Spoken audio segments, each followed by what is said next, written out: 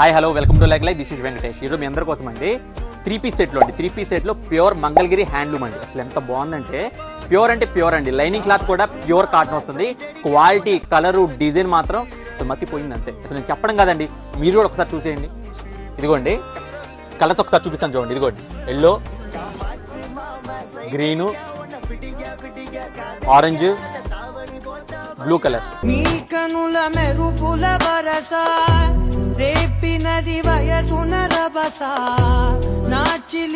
ఒక్కసారి ఓపెన్ చేస్తాను చూడండి.